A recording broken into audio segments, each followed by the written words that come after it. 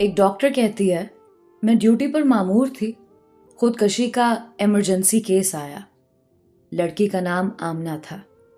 میں نے 8 سال کے کیریئر میں ایسی خوبصورت لڑکی پہلی بار دیکھی تھی۔ وہ بے ہوشی کی حالت میں تھی۔ اس کو اٹھا کر لے کر آنے والے اس کے والد تھے۔ والد ماشاءاللہ بہترین پرسنالٹی کے مالک تھے، مگر بیٹی کی حالت نے ان کو اس وقت بے حال کر دیا تھا۔ پتہ نہیں کیوں مجھے لڑکی پر پیار اور اس کے والد پر بہت رحم آیا تھا۔ لڑکی کو آپریشن تھیٹر لے کر آیا گیا، آپریٹ کر کے اس کو دوسرے وارڈ میں شفٹ کر دیا گیا۔ گھر والوں کو بتایا گیا کہ لڑکی کی حالت خطرے سے باہر ہے۔ یہ سن کر لڑکی کا والد غربہ میں کچھ تقسیم کرنے نکل گیا۔ میں نے اس کی والدہ کو آفس میں بلایا اور پوچھا کہ آپ کی بیٹی کو کیا ہوا ہے۔ مختصراً لڑکی کی والدہ نے جو مجھے کہانی سنائی وہ کچھ یوں تھی۔ ہماری بیٹی نے ٹیکسٹائل انجینئرنگ کر رکھی ہے۔ سارے والدین کی طرح ہماری بھی خواہش تھی کہ ہماری بیٹی بھی اپنے گھر کی ہو جائے۔ چنانچہ ہم نے آمنہ کی پسند پوچھی۔ ہماری بیٹی نے مشرقی لڑکیوں کی طرح بولا کہ جو آپ کا فیصلہ ہوگا وہی میرا فیصلہ ہوگا۔ اس نے سارا اختیار ہم کو دے دیا۔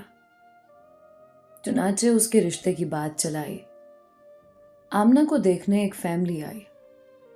لوازمات اور خدمات سے مستفید ہونے کے بعد عورتیں آمنہ کے کمرے میں گئیں۔ ایک نے آمنہ کے ہاتھ سے چائے پینے کی فرمائش کی۔ اس کے بعد وہ لوگ چلے گئے۔ چند دن بعد بغیر کچھ بتائے رشتے سے انکار کر دیا۔ آمنہ کے لیے پہلی بار تھا جب وہ ریجیکٹ ہوئی، مگر ماں باپ کی تسلی نے آمنہ کو بہت حوصلہ دیا۔ ایک بار پھر آمنہ کو دیکھنے فیملی آئی۔ چائے پینے کے بعد اجازت چاہی اور کچھ دن بعد یہ کہہ کر انکار کر دیا کہ لڑکی کو مہمان نوازی نہیں آتی، کیونکہ اس نے لڑکے کی ماں کو ٹیبل سے اٹھا کر چائے پیش نہیں کی، بلکہ عام مہمانوں کی طرح ٹیبل پر چائے رکھ دی۔ اس انکار کے ساتھ آمنہ اور آمنہ کے والد بھی اندر سے ٹوٹ پھوٹ گئے۔ اللہ کی رضا سمجھ کر صبر کیا۔ کچھ دنوں بعد ایک نئی فیملی آئی۔ اس فیملی کے بیٹھتے ہی آمنہ نے ان کے پاؤں کے جوتے بھی اتارے اور اسی جگہ چائے پیش کی۔ اس فیملی نے ایک ہفتے بعد یہ کہتے ہوئے انکار کر دیا، کیا آپ کی بیٹی پر جنات کا سایہ ہے؟ ورنہ کوئی مہمان پہلی بار گھر آتا ہے تو اس کی اتنی مہمان نوازی کون کرتا ہے؟ پچھلے 8 سالوں میں 100 سے زائد رشتے آئے آمنہ کے لیے۔ کچھ نے یہ کہہ کر انکار کر دیا کہ آمنہ کی عمر زیادہ ہو گئی ہے، اور احسان جتاتے ہوئے کہا اگر آپ زیادہ مجبور ہیں تو ہمارا ایک 48 سال کا بیٹا ہے جس کی ایک اپنی دکان ہے، اس کے لیے ہم آمنہ کا رشتہ قبول کرتے ہیں۔ اتنا کہتے ہی آمنہ کی ماں سسکیاں لے کر رونے لگی اور کہا آپ بھی تو ایک ماں ہیں، اور ماں جتنی بھی مجبور ہو غیروں کے سامنے کیا کہہ سکتی ہے؟ اور میری بیٹی کل سارا دن میرے سینے سے لگ کر روتی رہی اور کہتی رہی ان لوگوں کے معیار تک آتے آتے میری عمر زیادہ ہو گئی ہے۔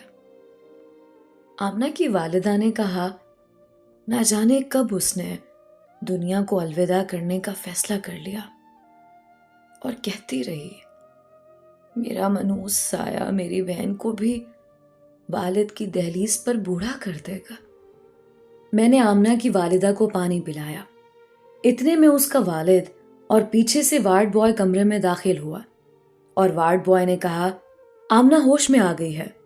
آمنہ کی والدہ بجلی کی تیزی سے وارڈ میں داخل ہوئیں آمنہ کا سر اٹھایا اور سینے سے لگا کر رونے لگی۔ اتنے میں میں اور آمنہ کا باپ بھی وارڈ میں داخل ہوئے۔ آمنہ ماں کو چھوڑ کر باپ کے گلے لگ کر رونے لگی اور کہنے لگی، بابا، بیٹیاں بوجھ ہوتی ہیں۔ بابا، آپ نے مجھے کیوں بچایا؟ مجھے مرنے دیتے تاکہ میرا منوس سایہ گھر سے نکلے اور گڑیا کی شادی ہو، نہیں تو وہ بھی آپ کی دہلیز پر پڑی رہے گی اور بوڑھی ہو جائے گی۔ آمنہ کا باپ چپ چاپ آنسو بہا رہا تھا۔ میں نے حالات آؤٹ آف کنٹرول ہوتے دیکھے تو میں نے آمنہ کو انجیکشن دے دیا اور آمنہ کے والد کو لے کر آفس میں آ گئی۔ میں نے آمنہ اور اس کی چھوٹی بہن کو اپنے دونوں بھائیوں کے لیے مانگ لیا۔ آمنہ کے والد کی آنکھیں اچانک برسنے لگی، مگر اب وہ آنسو خوشی کے تھے۔ میرے دونوں بھائی بھی ڈاکٹر تھے۔ میں نے ان کو اپنا فیصلہ سنا دیا۔ وہ دونوں خوشی سے قبول کر چکے تھے۔ ویسے یہ کہانی بتا کر میں آپ لوگوں سے یہ التجا کر رہی ہوں، ہم لوگ شادی ایک عورت سے کرتے ہیں، کسی حور سے نہیں۔ کسی کی بیٹی کو ریجیکٹ کرنے سے پہلے اس کی جگہ اپنی بیٹی کو رکھ کر سوچیں۔ اگر عیب کے بنا ریجیکٹ کرنا ہو تو لڑکیوں سے دگنی تعداد میں لڑکے ریجیکٹ ہوں گے۔ مجھ سے دنیا میں کسی بھی فورم پر کوئی بھی بندہ بحث کر لے، میں ثابت کر دوں کہ مرد میں عیب زیادہ ہے۔ میں ہاتھ جوڑ کر یہ التجا کرتی ہوں، کسی کو بلا وجہ عیب زدہ کہہ کر ریجیکٹ نہ کرو۔ آپ لوگ اللہ کی مخلوق کے عیبوں پر پردہ ڈالو، اللہ تمہارے عیبوں پر پردہ ڈالے گا۔ آپ کے نکالے عیب نہ جانے کتنی لڑکیوں کو قبر میں دھکیل دیتے ہیں۔ اپنا بھی خیال رکھیں، دوسروں کا بھی۔ مجھے بھی دعاؤں میں یاد رکھیں۔